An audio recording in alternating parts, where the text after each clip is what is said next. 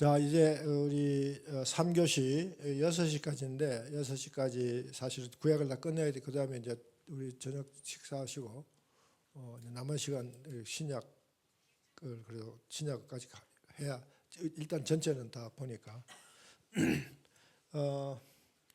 지금 우리 사사시대까지 거의 커버를 했는데 어디 진도는 예정대로 지금 진행되고 있습니다. 좀 불실하지만은.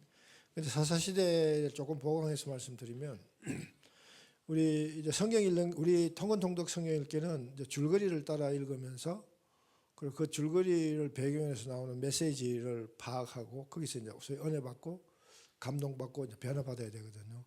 줄거리가 성경의 줄거리가 우리를 변화시키지 않습니다. 메시지의 성경의 그 메시지에 우리가 반응한 그 반응에 따라서 우리가 변화가 되는 거거든요. 메시지를 줄거리식으로 그냥 우리가 메시지를 줄거리식이나 지식적으로 이해해버리면 아무런 반응이 안 일어나죠. 그런데 거기에 우리 감성적인 반응이 일어나야 된다. 메시지를 발견하고 그리고 메시지에 우리 감성적인 반응이 일어날 때 우리가 거기다 이제 저희 우리의 그 삶의 리액션이 나오잖아. 그 리액션이 실현되는 그것이 바로 변화거든요. 그러니까 우리 지금 여러분에게 나눠드린 이 도식화된 성경의 스토리 이 줄거리 이 뼈대는 이 줄거리를 기본으로 해서 쭉 전체를 정리하면서 그다음에 그 핵심 메시지가 뭐라는 포인트를 집어주는 거죠. 이걸 조금 이제 극대화해서 한 게 우리 여러분 갖고 계신 교재인데 제가 지금 줄거리보다는 여기 메시지를 중심으로 지금 여러분들이 말씀드린 줄거리는 그냥 이걸 그냥 읽어보면 그게 줄거리예요. 그죠? 예. 그리고 이제 우리 새로운 시간에서 강의를 해야 될 부분인데 없어서 안 했지만 못했지만은 그리고 성경 읽는 기본적인 자세가 우리가 전인격적으로 읽어야 돼요. 예. 머리를 동원하고 가슴을 동원하고 그다음에 팔다리를 동원해서 읽어야 된다. 그래서 머리를 동원해서 읽는 것이 지성적 읽기고 가슴을 동원해서 읽는 게 감성적 읽기고 그다음에 팔다리를 동원해서 읽는 것은 의지적 읽기다.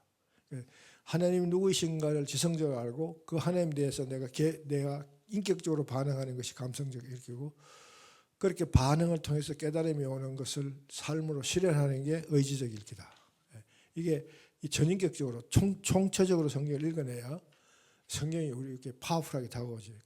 그렇지 않고 성경을 대부분의 우리 한국교회 성경 공부 프로그램이 지성적 읽기가 위주잖아. 스토리라인, 지식, 습득 뭐 이런 것 중심으로 성경을 읽기 때문에 성경을 열심히 읽는 것에 비해서 변화가 미미하잖아요.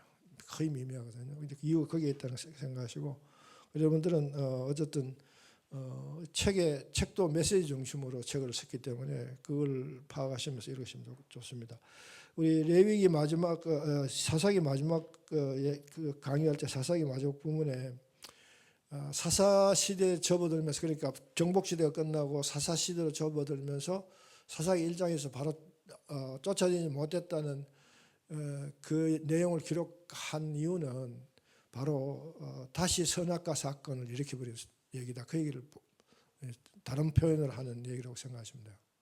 다시 하나님께 순종하는 것을 거절했다는 거죠. 결과적으로 선악과를 따먹지 말라는 말에 순종했으면 아무런 문제가 없을 테였고 그걸 다시 한번 회복해서 그 기회를 다시 주었는데도 또 순종을 못하고 쫓아내서 진멸하고 그게 하나님 나라의 문화를 세우라고 하나님께서 다시 명령하고 약속을 주셨는데 그러면 너희가 그 땅에서 영원히 장수하리라.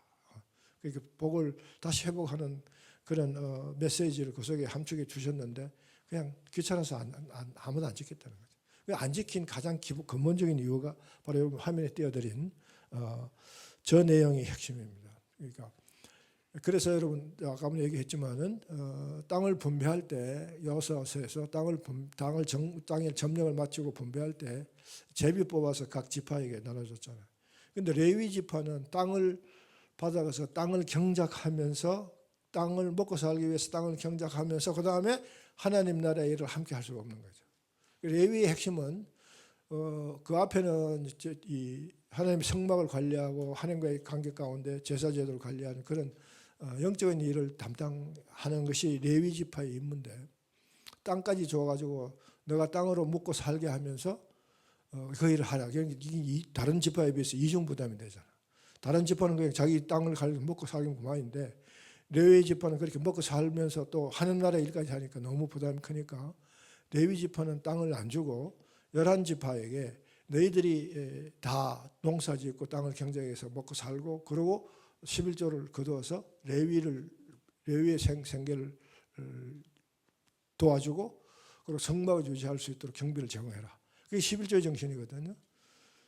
그런데 어쨌든 레위가 그 일을 못 해낸 거죠. 지금 바로 48개 성읍으로 배치를 했는데 그 일을 못하고 사사기 1장 17장에서 18장까지 레위가 그 미가라는 집안의 그 우상신의 신을 섬기는 제사장이 되는 이거 처음없는 일을 행한다든가 그리고 레위가 첩을 둬가지고 그 첩이 죽는 바람에 그 보복을 하려고 소위 내전을 일으키는 그게 기폭제가 돼가지고 지파끼리 싸움에서 베냐민 지파가 거의 멸종하잖아요, 그죠?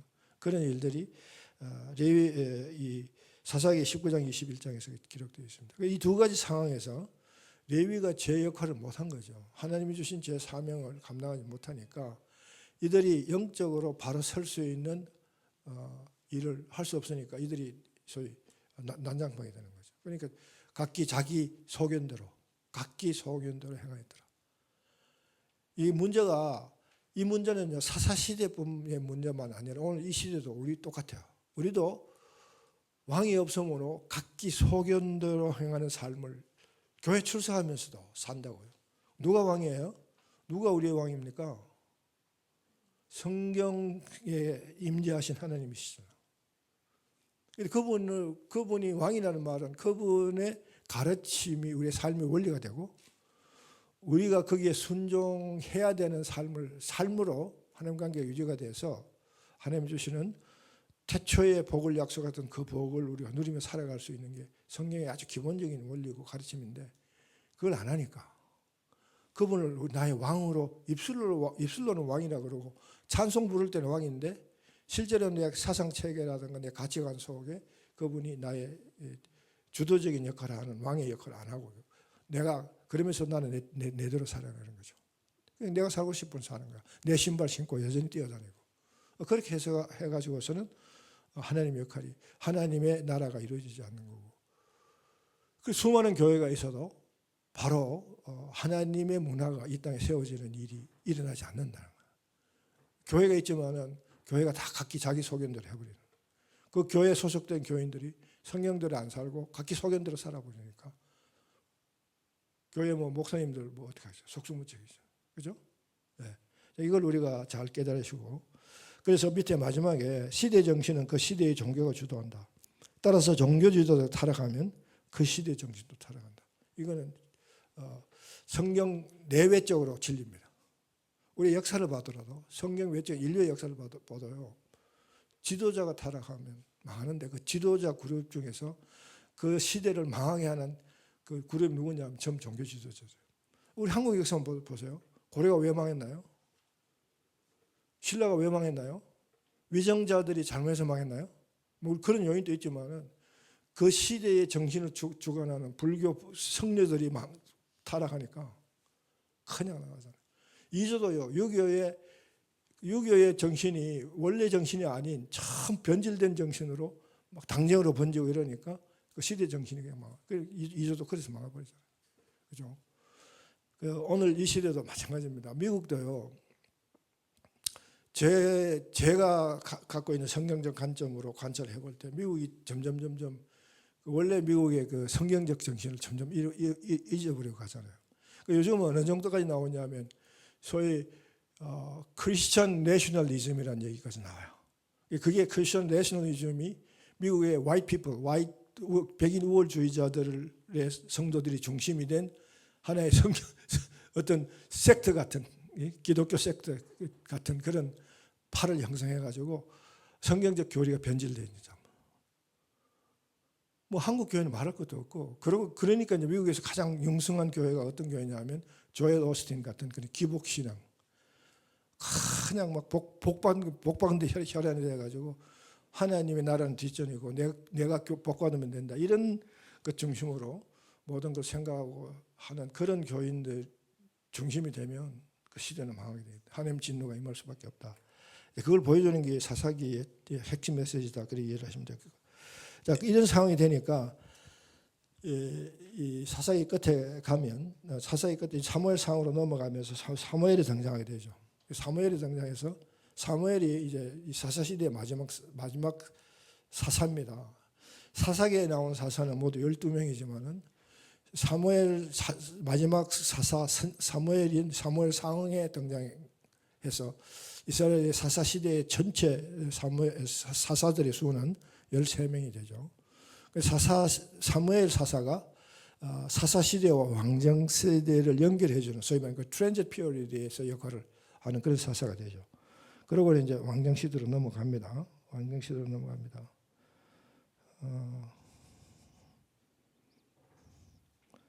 여기서 여러분 조금 피곤할 것 같으니까 좀 리프레시하는 마음으로 찬송 하나 그냥 감상합니다. 속으로 따라 불러도 좋고.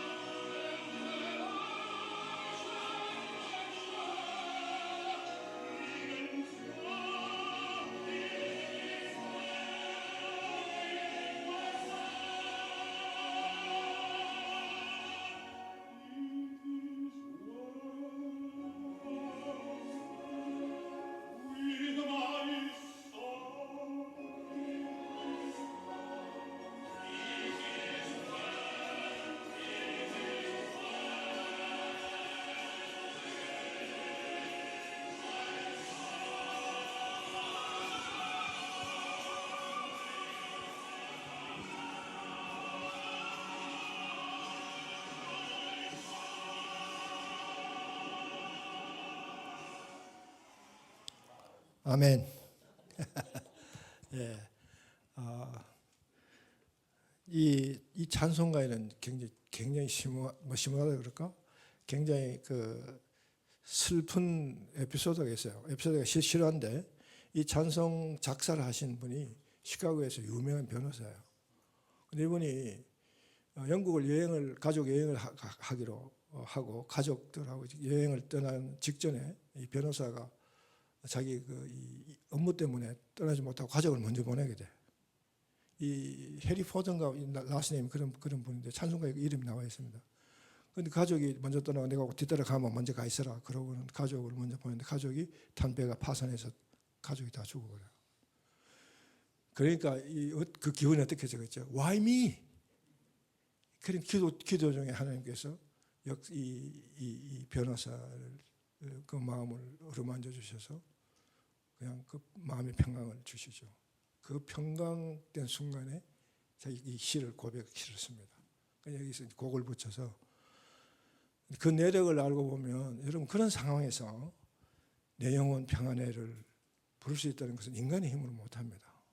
하나님 위로가 그게 임했기 때문에 성령 하나님의 깊은 타치를 그 변호사에게 정말 하나님 사랑하시는 마음으로 어루만져 주셨기 때문에 평안이 올 수 있도록. 그런 평안을 누릴 수 있는 길은요, 하나님이 나와 함께 깊이 하실 때, 그럼 하나님과 나와 깊이 할 수 있는 유일한 길은 말씀을 읽어야 된다. 결론은 그거야. 결론은 성경을 읽어야 된다.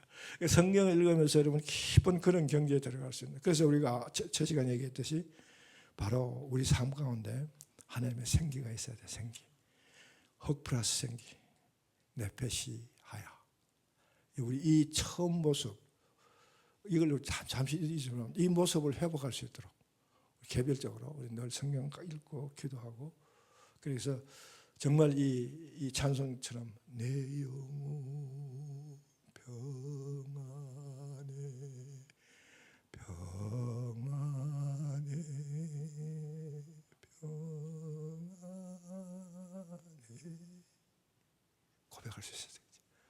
그죠? 예.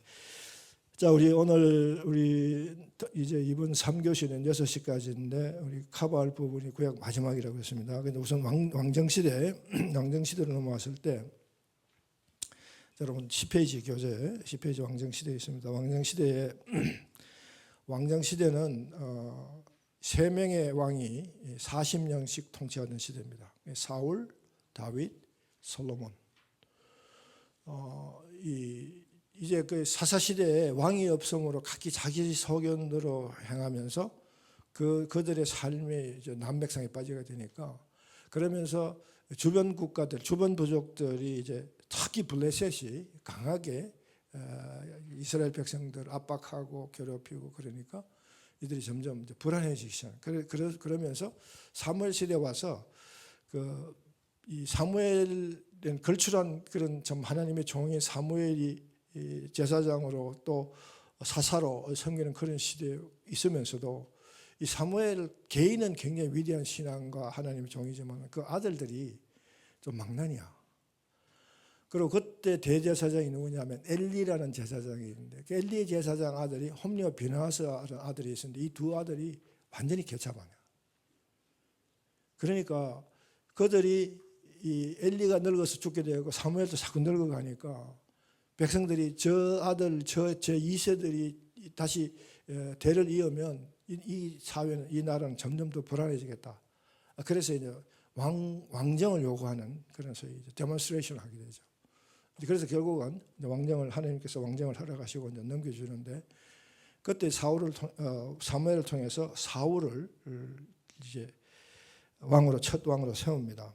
사울에 대한 얘기들을 깊게 할 수 없지만은, 사울은 우리 아까 얘기했듯이 사울은 끝까지 자기 신발을 벗지 않고 하나님의 기름 부음을 받고 하나님의 나라를 이루어 나가는 하나님 대리인으로서 왕이 됐는데도 불구하고 자기 스타일을 버리지 않고 자기식으로 한 거야. 사울은 이런 3가지 엄청난 실수를 범합니다. 이렇게 3가지 실수를 범하면서, 이 3가지 실수의 공통점은 뭐냐면 하나님이 없는 일을 하는 거죠. 하나님과 관계없는 일을 하는 거야.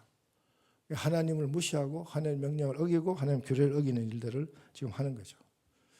그랬을 때 문제는 뭐냐면, 사람이 그런 실수를 범할 수 있어요. 다윗도 바세바를 범한 엄청난 실수를 범죄를 하게 되죠.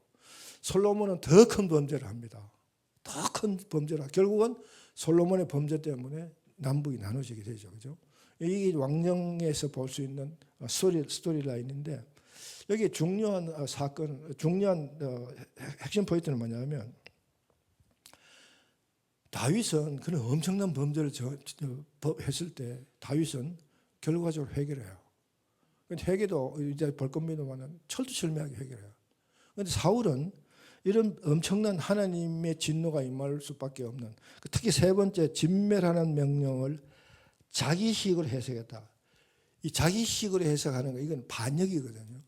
우리가 이 범죄하는 것은 자범죄 중에 가장 무서운 범죄가 이 자기가 임의대로 자기가 하나님이 되는 규례를 자기가 다 자기 멋대로 해석해가지고 저지른 범죄. 이거는 용서받기가 매우 힘든 범죄예요. 그러니까 이 범죄를 일으켰을 때 하나님께서 바로 하나님의 영을 회수해 버리죠.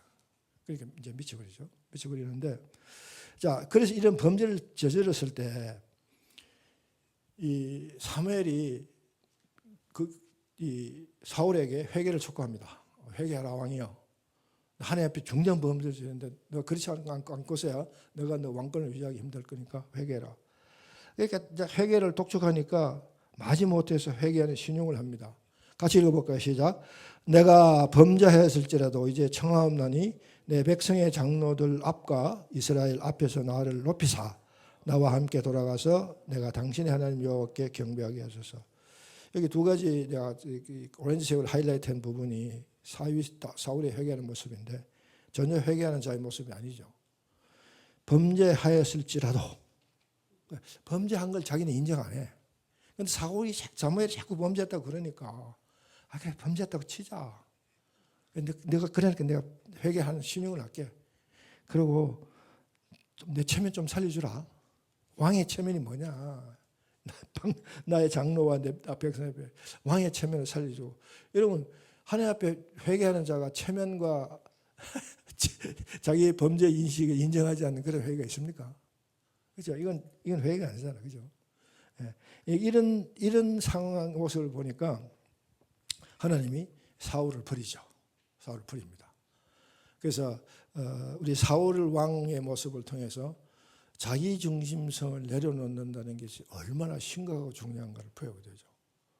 사울은 여기 우리 아니지만 우리 사무엘상을 읽어보면 전쟁을 특히 블레셋과 전쟁을 해서 전쟁에 이길 때마다 자기 기념비를 세워. 그런데 우리가 지금도 마찬가지입니다만은 이 전쟁은요, 우리 인간이 이렇게 뭐 지금 우리가 하는 이 물리적인 전쟁, 그 전쟁마저도 사실은 우리가 군대가 들어서 우리가 총을 가지고 쏘고 죽이지만은 그 전쟁을 주관한다고 하면 이상한데 그 컨트롤 하시는 하나님이세요. 그리고 이때 이 고대 국가의 전쟁의 개념은요, 신들의 전쟁이라고 생각했거든요. 그 신들의 전쟁을 그 신을 섬기는 부락이 대리해서 싸우는 거야. 그 전형적인 예가 바로 그 블레셋과 이스라엘 백성의 전쟁, 그 전쟁을 위해서 홈리와 비느하스가 언약궤를 세워가지고 쳐들어가다가 언약을 빼앗기죠. 그리고 그 언약궤를 소위 블레셋 신인 다곤 신상에다가 전리품을 바칩니다. 다곤 신이 이겼다 이거죠. 다곤 신이 여호와를 이겼다. 그러니까 그 신들의 전쟁을 보거든요. 그런 상황에서 어쨌든 간에 전쟁은 신들의 전쟁이고 이기고 지고 모든 걸 컨트롤을 신이 하시고 특히 하나님이 하시는데 더더구나 지금 요즘 이 시대의 영적 전쟁은 하나님의 컨트롤 하에 있는 거예요. 우리가 싸우는 거 아니에요. 우리가 사탄 물러라 그런다고 사탄이 물러가는 게 아니에요. 하나님이 물러쳐줘야 물러지는 거지. 그러니까 우리는 영적 전쟁에서 내가 영적 전쟁에서 이기려고 사탄을 물러가 그럴 게 아니라 하나님 앞에 무릎 꿇고 주여 승리하신 하나님이 나도 그 승리에 동참하게 하옵소서. 그렇게 기도를 해야 되는 거죠. 그런데 이제 사울은 그걸 자기가 이겼다고 생각하고 기념비를 세웠으니까 얼마나 자기 중심성이 완강했던 그런 하나님 보시기에 가장 싫어하는 그런 인간 말종적인 행위를 했다는 거야. 여러분 하나님 제일 싫어하는 게 하나님 뜻대로 하나님 뜻대로 한다고 하면서 자기 뜻을 세우려고 하는 이런 이중적인 그 가짜, 이걸 하나님께서 가장 혐오하신다는 거. 성경 읽어보시면 그 금방 알 수 있어요. 절대 우리는 그런 사람이 아니니까 뭐 염려할 필요는 없는데, 근데 그렇다는 사실을 우리는 머릿속에 넣어두실 필요는 있다는 거죠. 자, 그래서 사울은 결국 해결을 안 하고, 내가 여러분 물어볼게. 사울은 지옥 갔겠어요? 천국 갔겠어요? 사울은 이 세 왕 중에 하나님 나라에 하나님 대리하는 왕이 됐는데, 이게 지옥에 떨어진다면 하나님 또 체면이 말이 아니잖아. 그죠? 하나님 또 인사정책을 얼마나 잘못했길래 하나님 당신이 세운 이 왕이 지옥에 떨어지는 상황이 벌어지고, 얼마나 사람을 잘못 봤으면. 하나님이 사람을 잘못 본다는 이것도 말이 어불성설이 있는 말인데, 그죠? 근데 이 사울은 지금 여기 이게 회개가 아니거든요. 이게 회개를 하면 그다음 회개의 열매가 나와야 되는데, 이걸 회개라고 치더라도 회개의 열매가 없고, 사울은 끝까지 죽음 일보 직전까지 하나님께 회개 안 하고 자기의 문제를 누구와 상의해서 해결하려고 했냐면 자기에게 기름 부음을 받게 해준 사무엘. 사무엘이 이미 죽었어요. 그리고 무당을 찾아가 가지고 그 영매를 통해서 사무엘의 영을 불러내려고 시도했던 만큼 하나님을 인정하지 않았다는 거죠. 그런 상황에서는 하나님 진노가 반드시 임하고 결국 그는 이제 지옥으로 떨어질 수밖에 없죠. 자, 그다음에 사무엘 이 솔로몬도 굉장한 죄를 범했어요. 솔로몬은 특별히 뭐 이렇게 눈에 띄는 범죄를 이렇게 윤리적으로 한 건 없지만은 그러나 하나님 보시기에 가장 거각한 범죄를 범한 게 뭐냐면 종교 다원주의를 허락했더라고요. 그래서 하나님 위에 다른 신을 섬기도록 허락한 일을 하나님은 제1계명에서 그걸 막았는데, 그렇죠? 하나님과 바른 관계를 위해서 제일 먼저 인간이 지켜내야 할 것은 하나님 위에 다른 신을 인정하면 안 돼.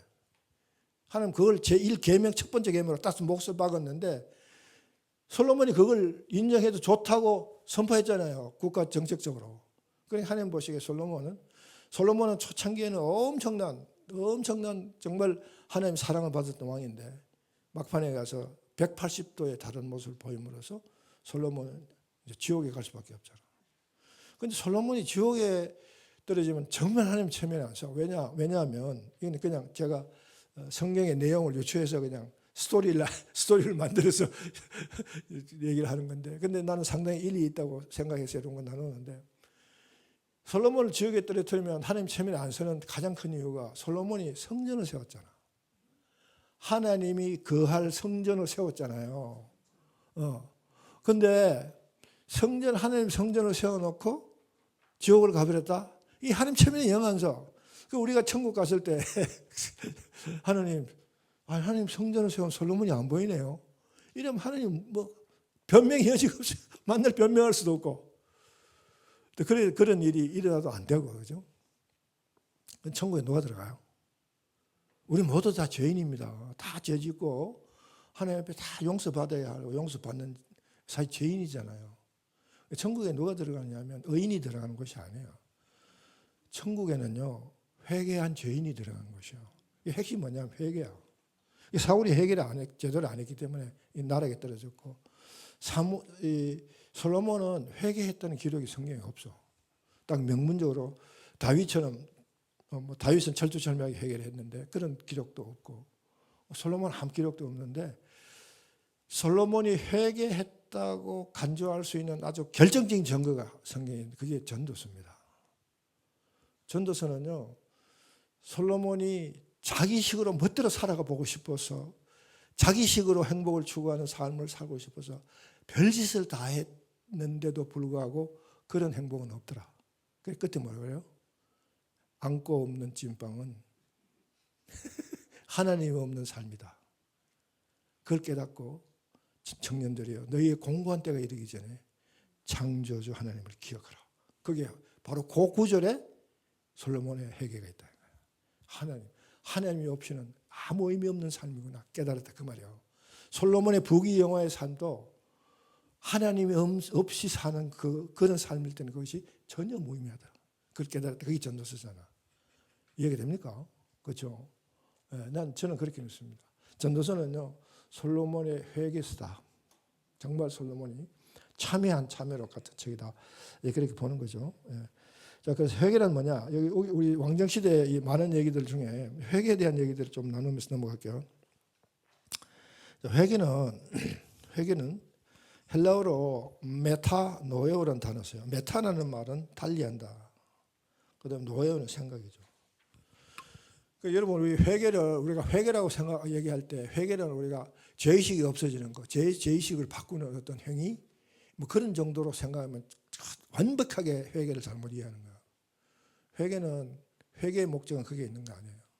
죄의식을 없애고 우리의 마음속에 찜찜하고 이런 것들을 없애려고 뭐 눈물을 흘리기도 그거 아닙니다. 회개는 우리 세례요한도 그런 얘기죠. 침례요한. 세례요한도 그랬잖아요. 회개에 합당한 열매를 맺어라. 그러니까 회개하는 행위로서 끝나는 게 아니라 회개는 어디까지 가느냐 하면 합당한 열매를 맺는 데까지 가야 돼. 그죠?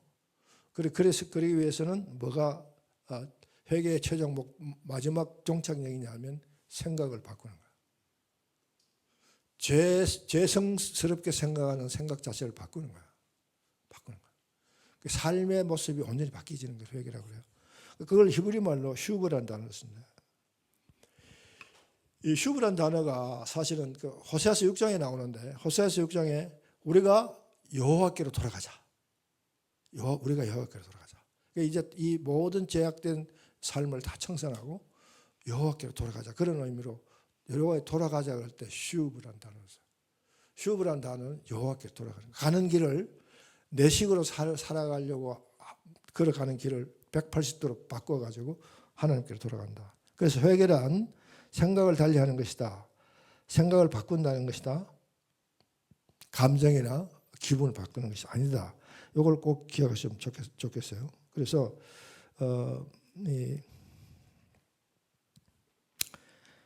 지금 이 그림이 이제 다윗이 바세바 간음 사건을 일으키는 그런 그걸 그림으로 그린 그림이에요. 근데 여러분 그 역대기에 다윗 얘기를 기록하면서 역대기는 다윗이 간음 사건을 일으킨 내용을 기록하지 않습니다. 그리고 역대기는 남왕국 역사만 기록하거든요. 역대기는 남왕국 역사만 기록해요. 이제 그래서 이 역대기는 에스라가 돌아와서 이 이스라엘 백성들의 그 피폐한 그 정신을, 신앙심을 회복시키기 위해서 역사를 이 제사장 관점에서 보는 역사서를 쓰게 되죠. 북왕국 역사는 하나님 나라의 백성들의 역사가 아니라고 보는 거죠. 왜냐하면 북왕국은 이따 금방 볼 겁니다만은 금송아지를 숭배하는 나라로 이제 나라를 나누어서 북쪽으로 가버렸기 때문에 하나님 나라 백성의 나라라고 인정 안 해서 에스라는 그 나라의 역사는 배제합니다. 그러면서 남왕국의 역사를 위주로 서면서 가능하면 왕들의 선한 모습만 보이려고 그렇게 뭐 역사 변조 좀 그런 성격이 있는 그런 관점으로 이제 썼는데, 어쨌거나 이 바세바 간음 사건을 기록하지 않는 이 유다 랍비들의 이유는, 지금도 이 랍비들은 그렇게 믿어요.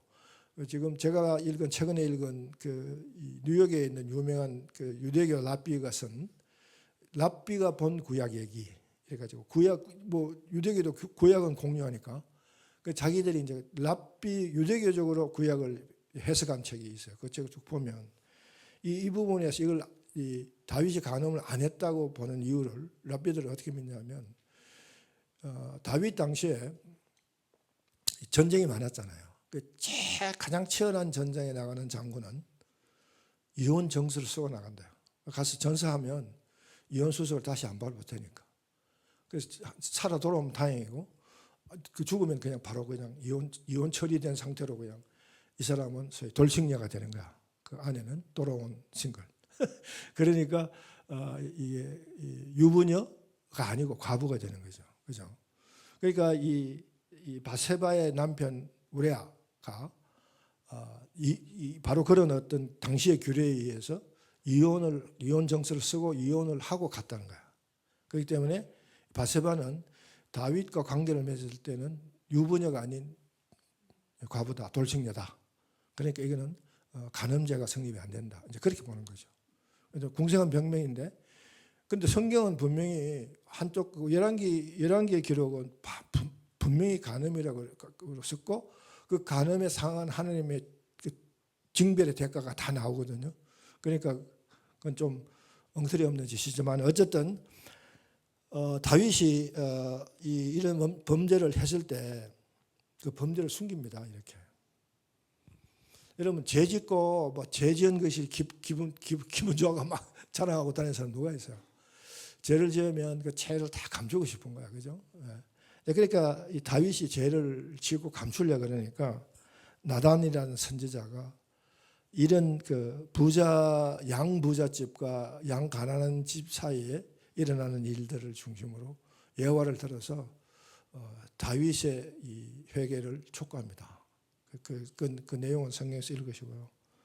그때 이 다윗이 굉장히 분개하면서 양 부자가 그 자기 양을 안 먹고 가난한 자의 양을 압력을 가해서 그걸 빼들어 가지고 그걸 먹고 그런 얘기를 하니까 다윗이 막 열받아서 그 나쁜 놈 당장 잡아서 처형하라고 막 하니까 나단 선지자가 It's you. 그때 다윗이 회개를 시작했다. 그 얘기가 나와요. 다윗은요 회개를 적극적으로 했다는 얘기가 아닙니다. 다윗은요 회개를 적극적이게 하지 않았어요. 시편 32편이 그걸 보여줍니다. 다윗은 특히 3절에 내가 입을 열지 아니할 때 종일 신음함으로 내 뼈가 시하였도다. 양심의 가책이 엄청나게 오는 그런 상황임에도 불구하고 죄를 고백하고 회개하지 않는 거죠. 그걸 감출 때까지도 감추는 거죠. 그러다가 회개를 하고 나니까 그렇게 후련해지더라. 그 얘기를 쓴 게 시편 32편. 그래서 우리가 보면 다윗은 얼마나 회개를 철두철미하게 했냐면 바로 이렇게 시편 51편이 다윗이 회개하는 장면, 철두철미하게 회개하는 장면을 보여주는데 2절에 보면 나의 죄악을 말갛게 씻으시며 나의 죄를 깨끗이 제하옵소서. 하나님이여 내 속에 정한 마음을 창조하시고 내 안에 정직한 영을 새롭게 하소서. 이 말갛게 씻으시며 이 말이 우리가 지금 설득 실감나게 안 오죠. 그 말갛게 정도가 어느 정도냐. 그런데 이걸 원어로 보면요. 어떤 표현이냐면 빨래판에 어제 우리 거기 가보니까 빨래판이 있잖아요. 여기 저 미스테리어스 하우스 그 집에 가보니까 그 빨래하는데 빨래판이 있더라고요. 근데 여러분 우리 옛날에 한국에 우리 어릴 때 세탁기가 들어오기 전에 우리 어머니들이 그 빨래판이 나무판 도도도한 거 있잖아요. 거기다 놓고 그때는 이 비누도 시원찮았죠. 뭐 양재물 같은 거 놓고 막 그냥 그때 없애려고 막 온몸에 힘을 다해서 문지르잖아요. 박박 문지른다 그래요. 박박. 이게 말갛게 씻는 것이 그런 빨래판에 빨래를 놓고 박박 문지르시오며 그 얘기예요. 그러니까 하나님 빨래판에다가 다윗을 올려놓고 박박 주물러 지금 부르는 그런 상태를 표현한 거죠. 그러니까 얼마나 그 죄를 씻어내려고 철두철미하게 박박 문질렀느냐. 그게 어느 정도 문제를 해서 어떤 결과를 내기 위해서 그렇게 문제를 하면 정직한 영을 새롭게 하소서. 완전히 바꾸는 거야. 그냥 대충 빨래를 뭐 대충 해가지고 헹궈내고 뭐 그게 아니라 완전히 새 옷으로 바꾸는 거죠. 정직한 영을 새롭게 하소서. 그게 우리 현실적인 표현을 쓰면 가치관을 바꾸는 거예요. 세계관이 바뀌는 거예요. 세상을 보는 눈을 바꾸는 거예요. 그게 바로 회개의 진정한 의미다. 그렇게 우리가 보는 거죠.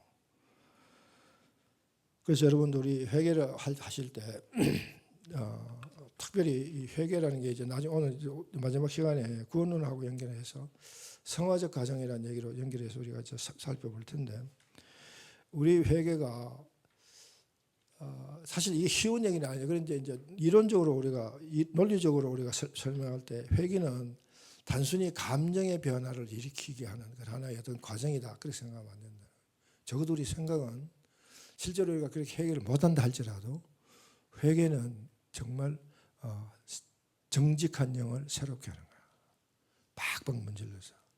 우리 회개를 그런 의미로 생각을 하실 필요가 있다는 거죠. 솔로몬 얘기는 아까 보니 그대로 그냥 건너가고요.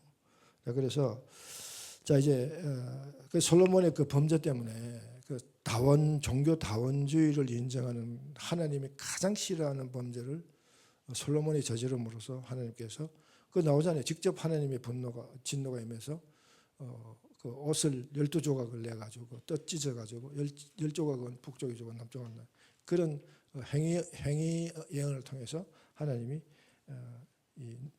이스라엘 남북으로 나누겠다는 그런 걸 보여주잖아요. 그래서 남북으로 나누어집니다. 자 이게 이제 남북 이제 이 분열 시대예요. 분열 시대. 그래서 남왕국 유다와 북왕국 이스라엘이 나누어지면서 그때 쭉 그 흐름을 여기서 보여주는 거예요. 이렇게.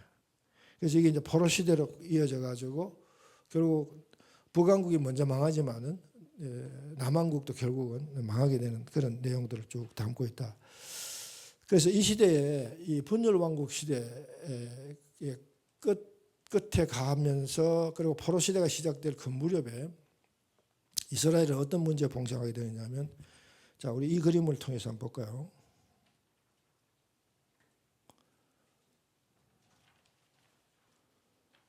이 그림은 이걸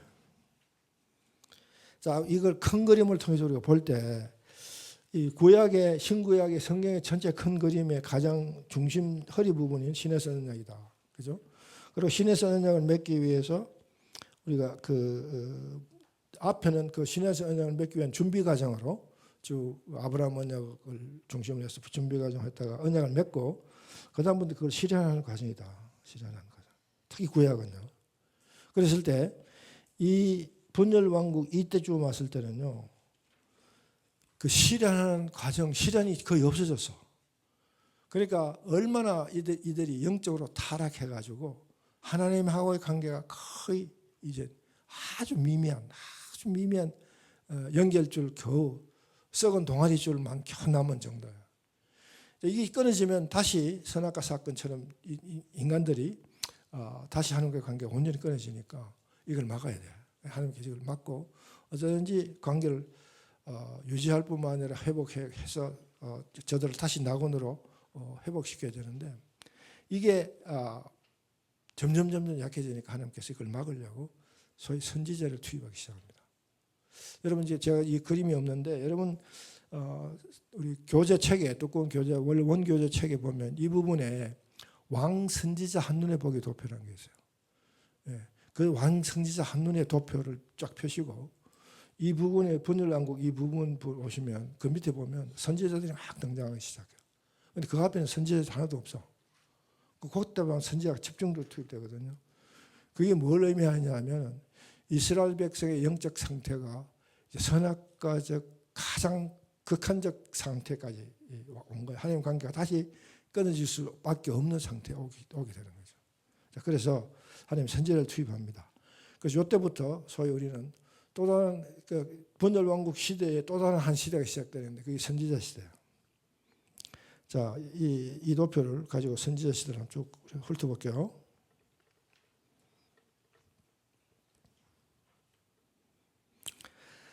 자, 그러니까 북이스라엘 말기에 북이스라엘이 언제 망하느냐 하면 BC 720년에 망하는데 이 말기의 시대 상황이 어떠냐 하면 바로 지금 여러분 보시는 대로 이런 상황이 되죠. 북왕국에는 이 왕이 여로보암 2세를 중심으로 해가지고 마지막 왕인 호세아까지 쭉 이렇게 이어지는데 여기도 좀 설명이 필요하지만은 이때 불과 한 50년 어간에 한 40년 어간에 왕이 6번 바뀌어요. 구테타가 4번이나 일어나고. 그러니까 이게 완전히 무정부 상태잖아요.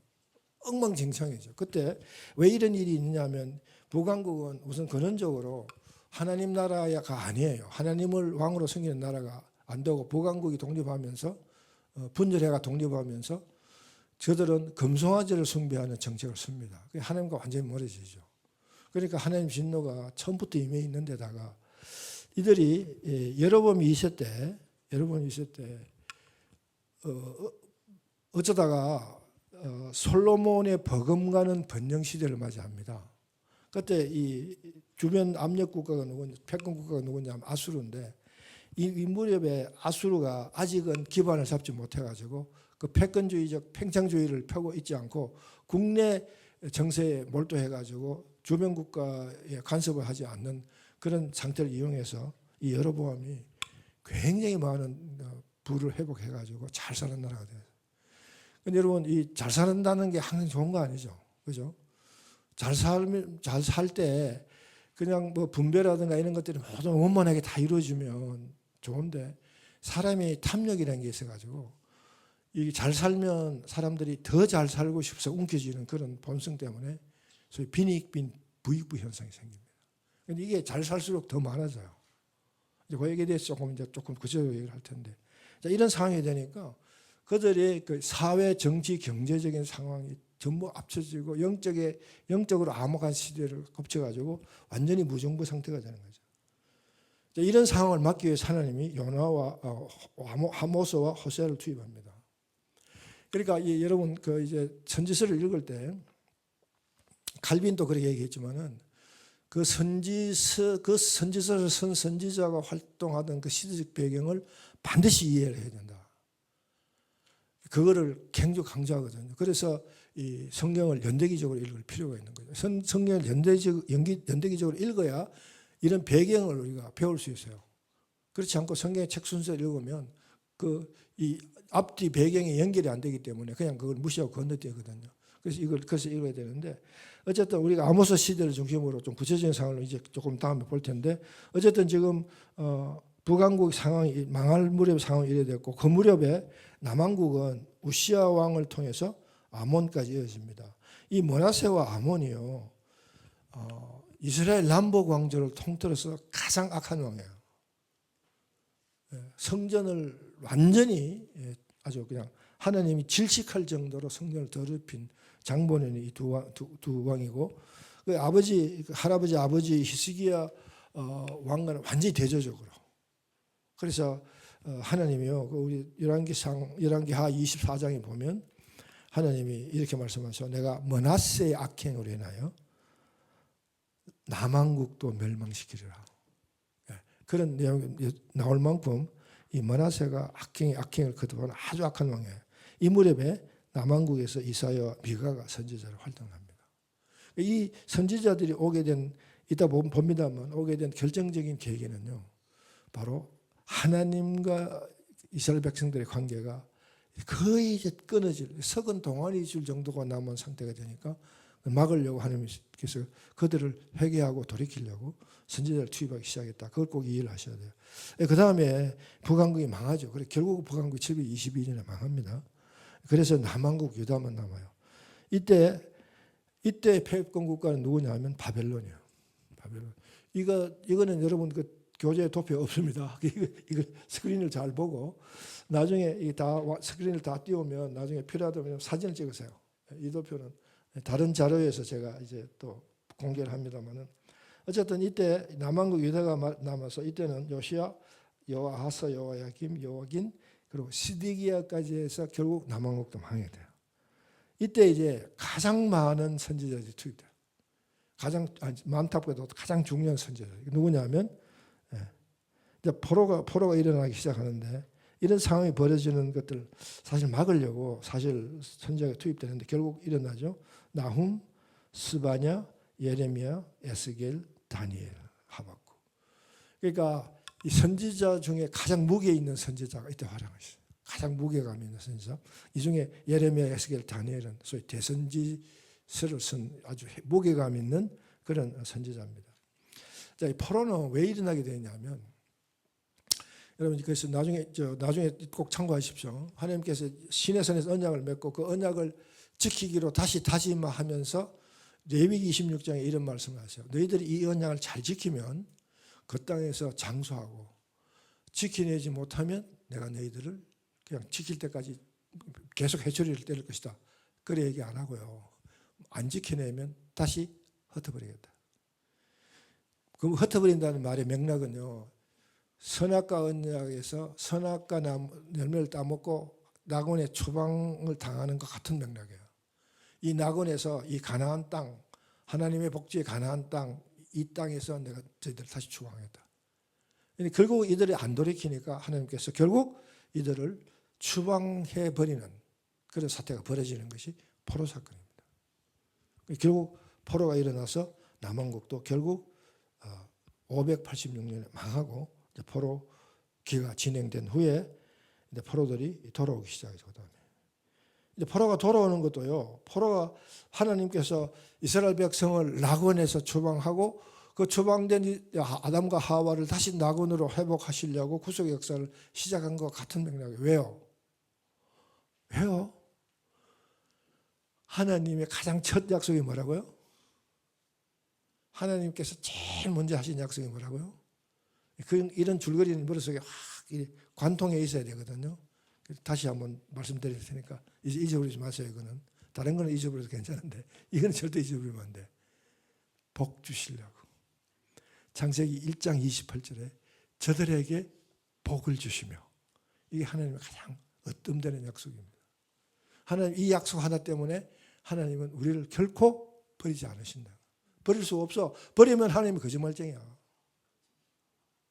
버리면 하나님은 신실하지 않아. 우리는 그 순간에 하나님 인정하지 않아도 돼.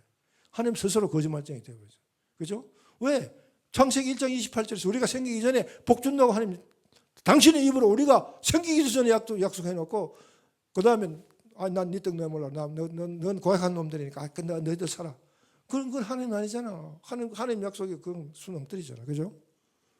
그러니까 여러분 절대로 실망하지 마세요. 하나님은요. 여러분이 하나님을 신실한 하나님을 믿는 한은 하나님은 결코 여러분을 버리지 않습니다. 결코. 왜? 그럼 하나님 거짓말쟁이 되니까. 그러니까 바로 여기서도 하나님을 버려요. 일단은 하도 고약하게 노니까.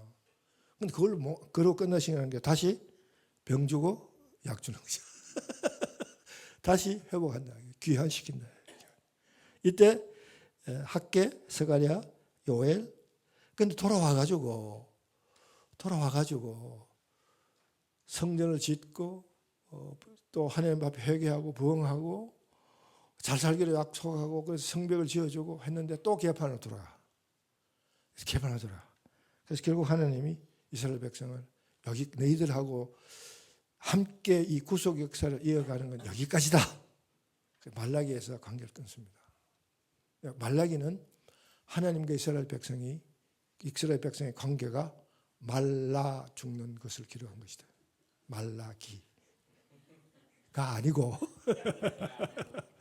말라기는 말라크, 한국식 발음입니다. 말라크는 하나님의 사자라. 말라기 쓴 저자 이름인데, 근데 그 말장난으로 딱 하기 좋잖아. 실제로 말라기에서 하나님 관계가 말라 죽거든요. 그래서 말라기를 끝으로 구획이 끝나요.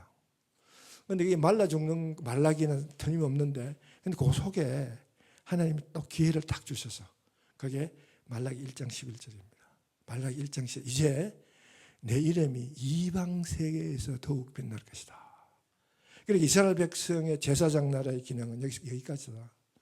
너희들하고 나하고 합해서 이 하나님의 피조 세계를 회복하려는 제사장 나라로서의 너희들의 직분은 여기까지다. 그러니까 이제부터는 모든 사람이 만인 제사장이다. 다 왕 같은 족속이요. 다 하나님의 제사장이다. 그걸 선포하시는 게 하는 내용이 말라기 1장 11절에 담겨있다. 그래서 구약이 끝납니다. 자, 그 선지자들이 오죠. 자, 선지자, 요건 책에 있는 내용이니까 그냥 한쪽 훑어가면서 보겠습니다. 선지자는 하나님의 말씀을 대언하는 자야. 그 하나님의 미래의 일을 점치는 점쟁이 같은 그런 예언자가 아니라 하나님의 말씀을 대언하는, 하나님의 말씀을 예금받아가지고 대신 전해주는 역할을 하는 일을 하는 자가 바로 선지자다. 선지자는 행동으로 하나님의 말씀을 대언하는 자가 있고 문서, 기록을 통해서 하나님의 말씀을 대언하는 두 가지 종류가 있는데 이 두 번째 이 종류의 선지자가 바로 선지서를 기록한 선지자예요. 자, 그럼 퀴즈. 그러면 문서를 남긴 선지자, 성경에 무슨 예레미야서, 뭐 이사야서 이런 이사야, 예레미야가 다 선지자 이름이잖아요, 그죠? 그럼 이런 자가 모두 몇 명이에요?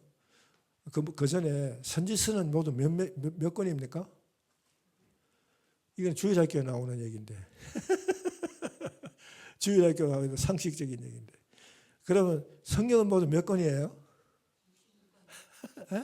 66권. 예, 그 다음에 구약은 몇 권이에요? 그리고 신약은 몇 권이에요? 아주 간단하게 갈게요. 3구는 27.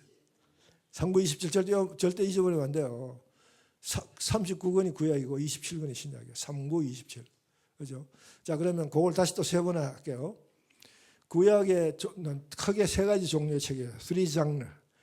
크게 세 가지 종류인데 첫째는 역사서, 둘째는 시가서, 셋째는 예언서. 그죠? 이 세 가지 장르가 구약에 있다는 거 기억하시고요. 그 다음에 역사서는 모두 몇 권? 시가서는 모두 몇 권? 네.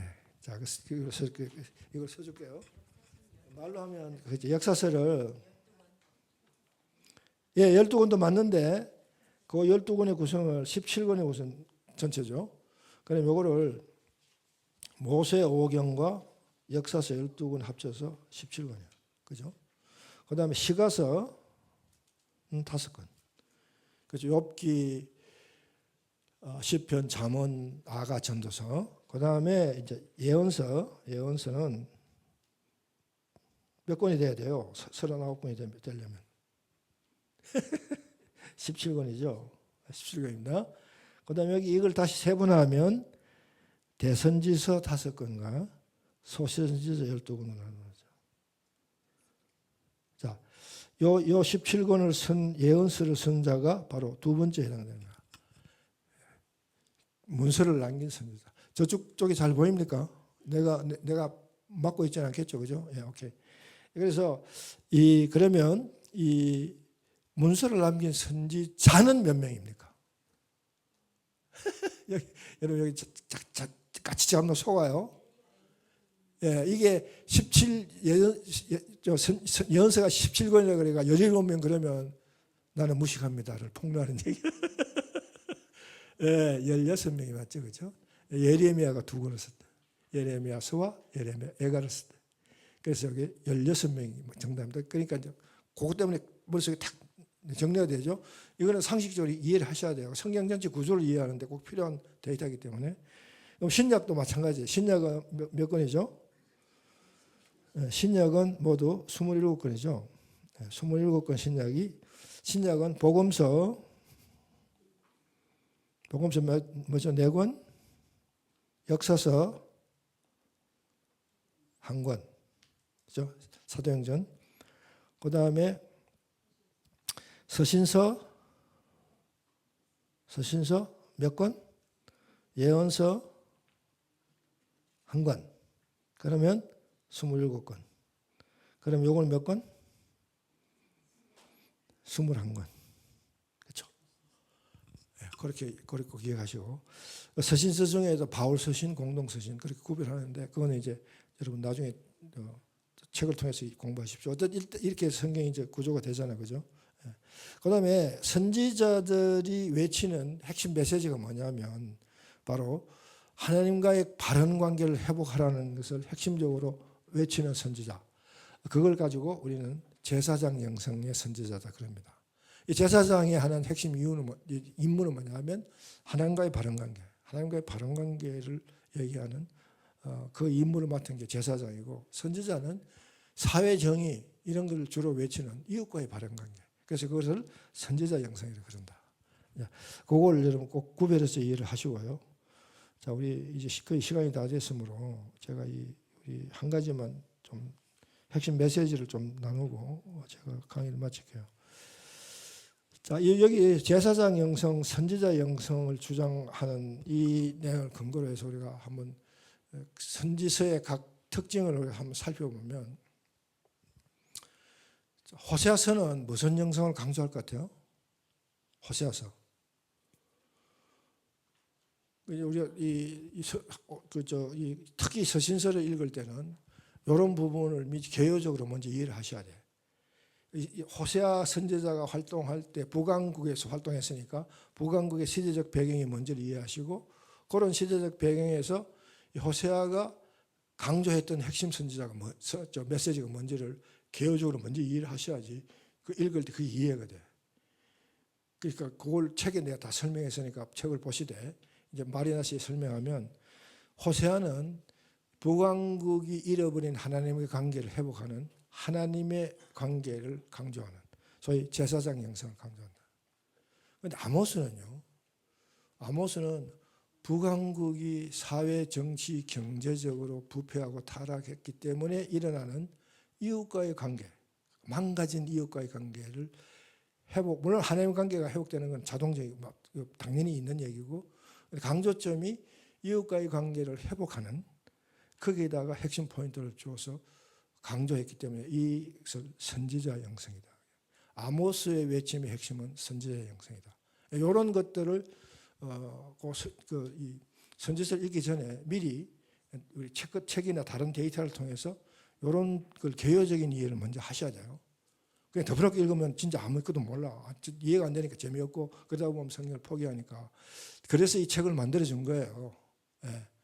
이 책을 먼저 보고 기본적이고 이해하는 기본적인 툴이 뭔가를 그 책 속에서 발견하고 그 툴을 가지고 그런 관점과 그런 환경을 가지고 읽어나갈 때 성경이 이해가 되어지는 거예요. 그런 식으로 여러 번 읽으면 그 다음에 성경을 이해하는 툴이 여러분에게 자동적으로 형성이 돼요. 그래서 저는 우리는 이 통근통독식으로 성경 읽을 때 그게 읽을 수 있도록 우리가 성경 책도 만들어 줬거든요. 그 책의 흐름대로 적어도 3독 내지 4독을 해라. 그럼 성경 전체가 보이기 시작합니다. 지금까지요 제가 이 통독 사역을 하면서 뭐 한 20년 이상 뭐 이렇게 하면서 정말 수많은 강의를 했잖아요. 정말 손에 꼽아 제가 이 강의했던 장소를 구글 빅데이터를 통해서 내가 방문했던 도시를 그 빅데이터 보니까 내가 1,700도시를 도시가 아니라 1,700 플레이스를 찾았더라고. 도시는 한 200도시, 국가는 한 15개 아침에 얘기했던 15개 국가. 그래 뭐 온 선교지 다 돌아다니면서 한 도시에 가면 여러 교회를 방문하니까 그 방문한 교실을 다 합치니까 1,몇백 교회를 간 거야. 20년 동안 무지무지하게 돌아다녔죠. 예, 정말 그때 내 딸은 신발이 얼마나 많이 딸렸겠어 신발. 그죠? 예, 그때 그걸 모르는데 이걸 쌓아놓고 보니까 정말 엄청난 그런 업적이라 그러면 이상한데 일을 했더라고요.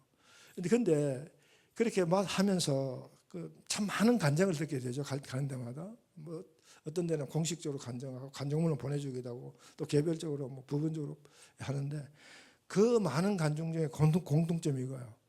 성경을 한 3번쯤 목사님 그대로 읽으니까 성경이 보이더라는 거예요. 성경이 보인다는 말이 무슨 얘기냐면 하나님이 보인다 그 말이에요. 나에게 다가와 계신 하나님이 말씀 속에서 보인다는 거예요. 만난다는 거예요. 이게 체험이잖아. 그때부터 이제 변화가 일어나는 거예요. 변화가 별 기적이 다 일어나요. 예, 뭐 암이 낫는다 이건 기본이고 뭐 하여튼 그런 수없이 많아요.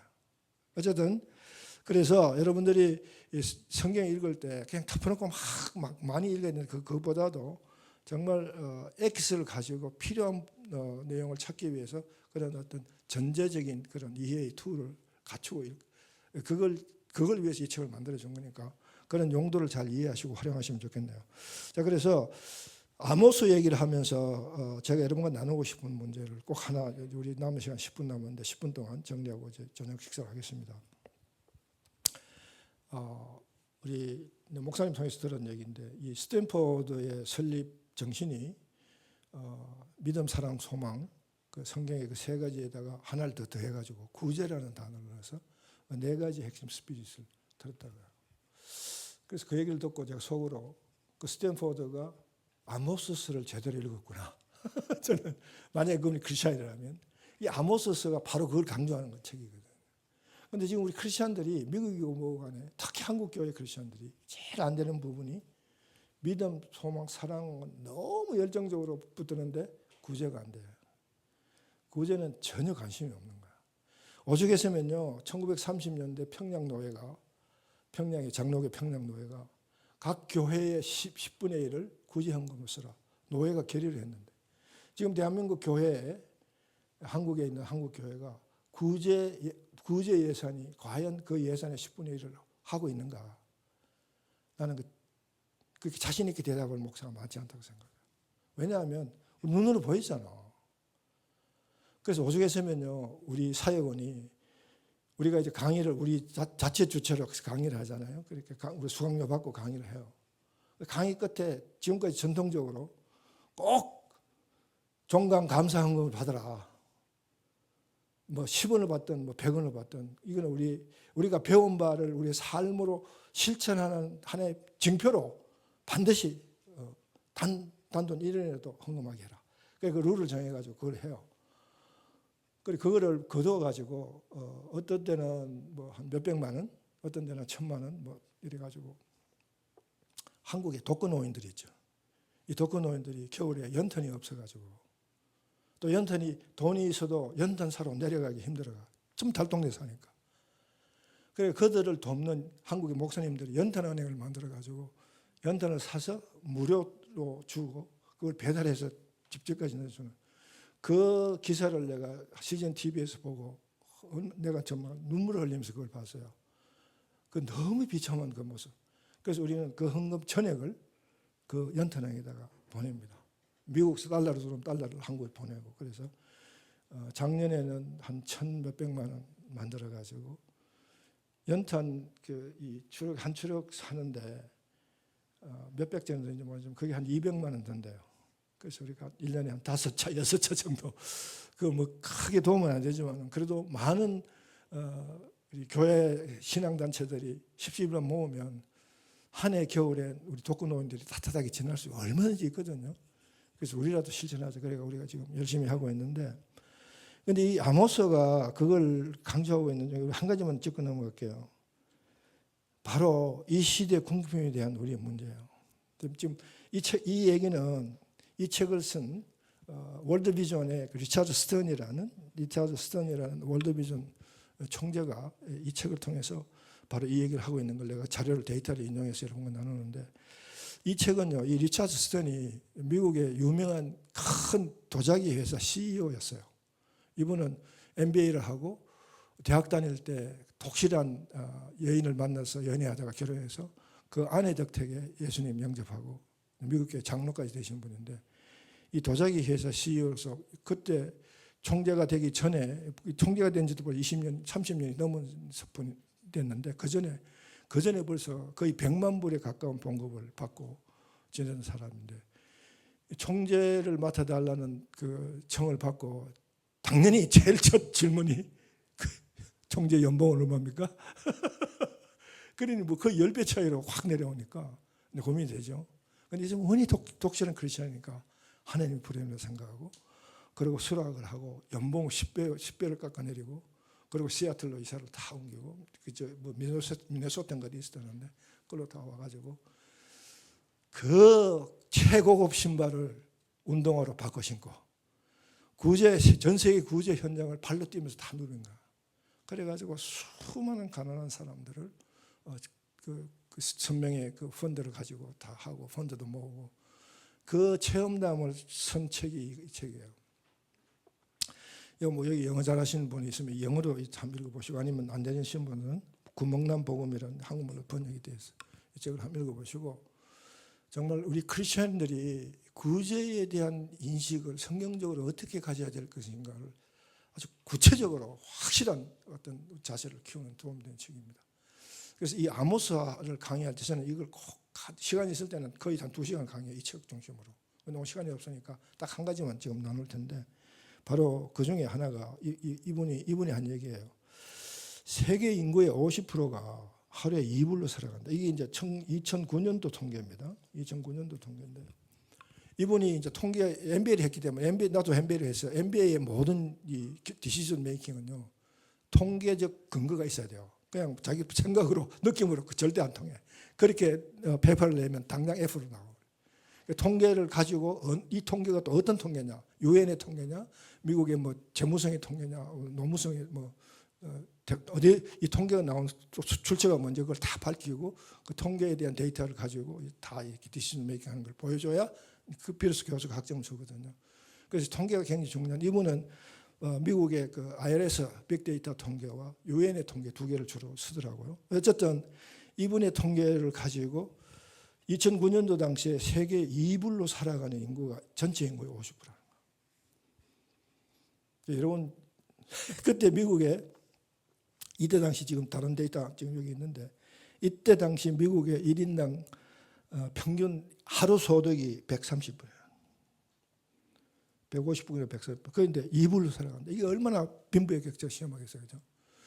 저도 이 인도에 가보면 불가촉 천민들 신발 벗고 다니면서 이런 사람들을 보면요, 하루에 바나나 하나 팔려고 그 길거리에 기다리고 있는 그런 모습.